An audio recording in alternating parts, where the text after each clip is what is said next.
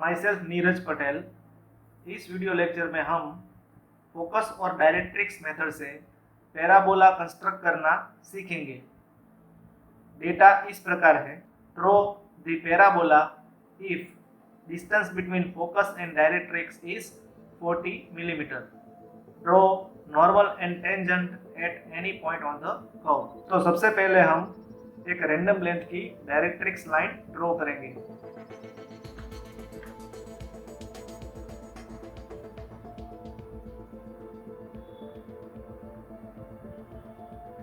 इस लाइन को हम D1 मार्किंग देंगे।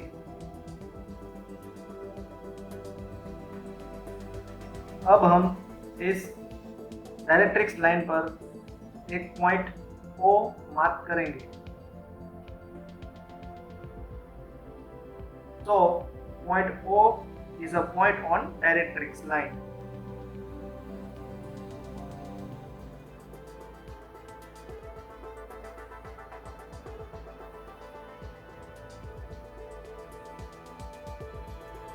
अब हम पॉइंट O में से एक रैंडम लेंथ की हॉरिजॉन्टल लाइन ड्रॉ करेंगे।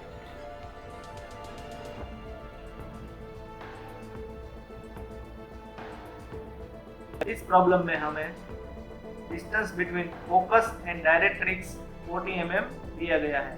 इसका मतलब है पॉइंट O से पॉइंट F का डिस्टेंस 40 मिलीमीटर है। तो अब हम पॉइंट O से 40 मिलीमीटर दूर फोकस पॉइंट F मार्क करेंगे।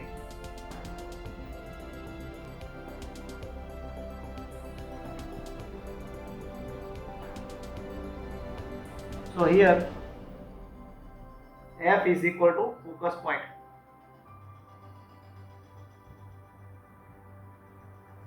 और O to F का डिस्टेंस है वो 40 मिलीमीटर दिया गया है।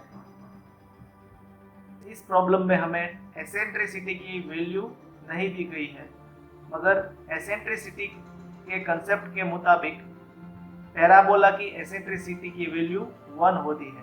सो eccentricity E is equal to VF upon VO. Here E is equal to 1. तो इस फॉर्मूला के मुताबिक E की वैल्यू 1 तभी हो सकती है जब V2F का डिस्टेंस और V2O का डिस्टेंस सेम रहेगा। तो यहाँ O to F का डिस्टेंस 40 दिया गया है। तो अगर हमें पॉइंट V मार्क करना हो तो वो O और F के मिड पॉइंट में रहेगा। Therefore E is equal to 20 millimeter upon 20 millimeter. Therefore E is equal to 1. तो इस प्रॉब्लम में हमें वर्टेक्स पॉइंट V है वो O और F के मिड पॉइंट में मार्क करना पड़ेगा।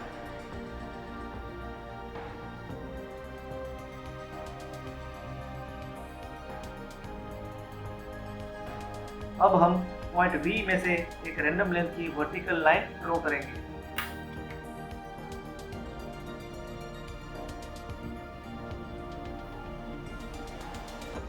अब हम V से F तक की रेडियस लेंगे और V को सेंटर रखकर V में से पास होती हुई इस वर्टिकल लाइन को इंटरसेक्ट करवाएंगे और इस इंटरसेक्टिंग पॉइंट को हम X मार्किंग देंगे।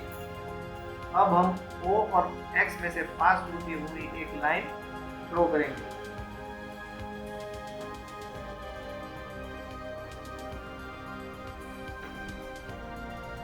अब हम पॉइंट V से राइट साइड की ओर 5 पॉइंट मार्क करेंगे और सभी पॉइंट का डिस्टेंस हम 10 मिलीमीटर रखेंगे।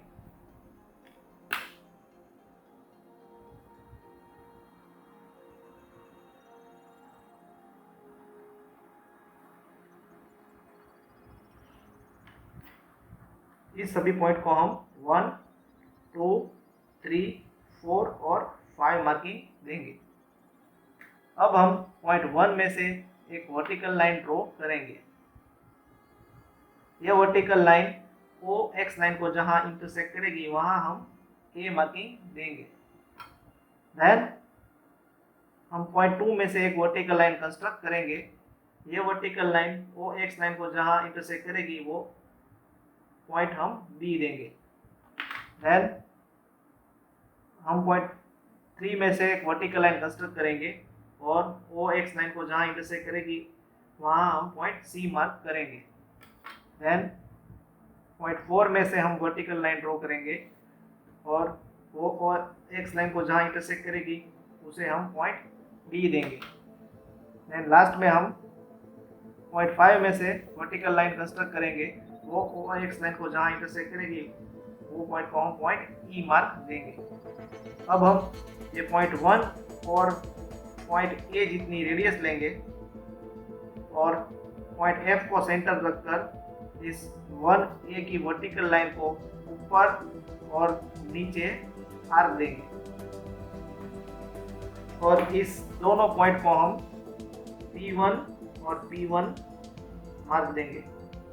उसके बाद सेम वे हम 2 से पॉइंट B तक की रेडियस लेंगे और सेम पॉइंट F को सेंटर रखकर इस 2B की वर्टिकल लाइन को ऊपर और नीचे इंटरसेक्ट करवाएंगे। वो होगा हमारा पॉइंट P2 और P2। देन सेम वे हम पॉइंट 3 और पॉइंट C जितनी रेडियस लेंगे और अगेन पॉइंट F को सेंटर रखकर 3C की वर्टिकल लाइन को हम इंटरसेक्ट करवाएंगे और इसे हम देंगे point P3। Then same way point 4 to point D जितनी रेडियस लेंगे और अगेन पॉइंट F को सेंटर रख के इस 4D की वर्टिकल लाइन को ऊपर और नीचे इंटरसेक्ट करवाएंगे।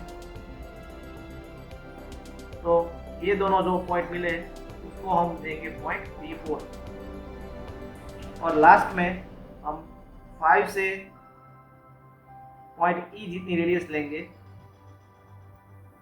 और again same way point F को सेंटर रखकर इस 5E की वर्टिकल लाइन को ऊपर और नीचे इंटरसेक्ट करवाएंगे और ये दोनों पॉइंट जो मिले उसको हम देंगे पॉइंट P5।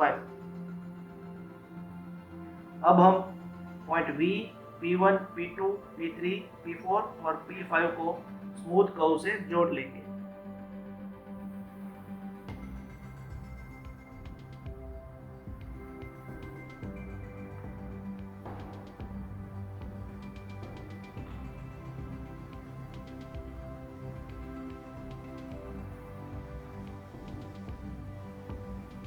तो आप देख सकते हैं कि फोकस और डायरेक्ट्रिक्स मेथड से हमने ये पैराबोला कर्व कंस्ट्रक्ट कर दिया।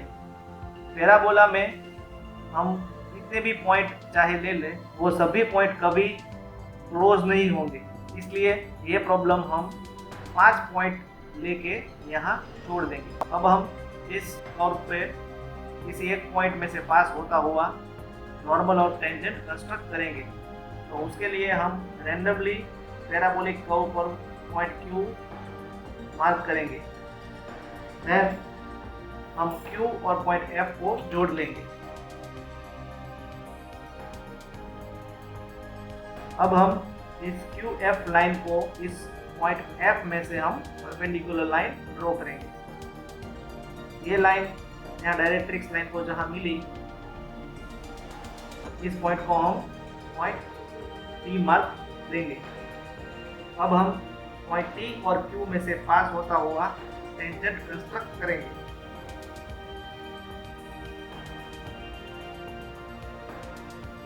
तो ये लाइन है T एंड T डैश। तो T डैश है वो पॉइंट Q में से पास होता हुआ टेंजेंट है। अब हम पॉइंट Q में से पास होता हुआ नॉर्मल कंस्ट्रक्ट करेंगे। तो जो नॉर्मल होता है वो इस टेंजेंट लाइन को 90 डिग्री रहता है। तो अब हम पॉइंट Q में से टेंजेंट लाइन T डैश को 90 डिग्री लाइन कंस्ट्रक्ट करेंगे। तो वो हम डायरेक्टली सेट स्क्वायर से आसानी से कर सकते हैं।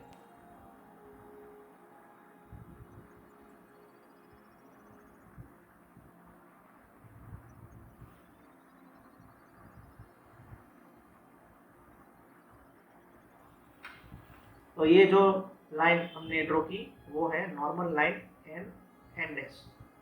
तो टी डैश है वो पॉइंट क्यू में से पास होता हुआ टेंजेंट है, और एन डैश लाइन है वो पॉइंट क्यू में से पास होता हुआ नॉर्मल है।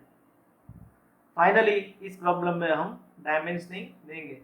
तो इस प्रॉब्लम में हमें फोकस और डायरेक्ट्रिक्स पॉइंट के बीच का डिस्टेंस दिया गया है जो कि 40 mm है।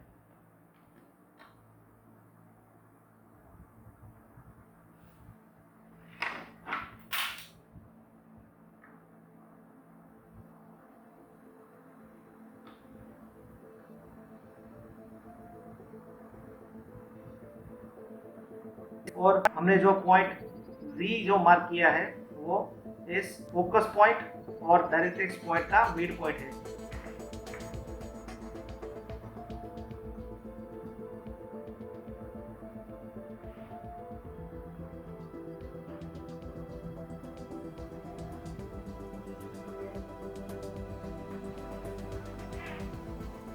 तो जब वर्टेक्स पॉइंट V ये फोकस पॉइंट और डायरेक्ट्रिक्स पॉइंट के बीच में रहता है तो जो कर्व मिलता है वो पैराबोला कर्व मिलता है। तो फाइनली हम इस कर्व का नाम लिखेंगे।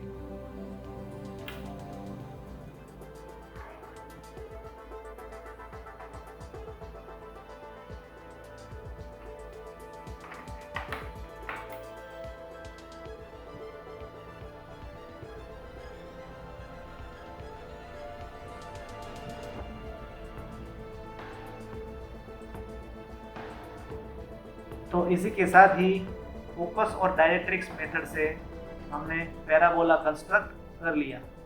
Thank you very much.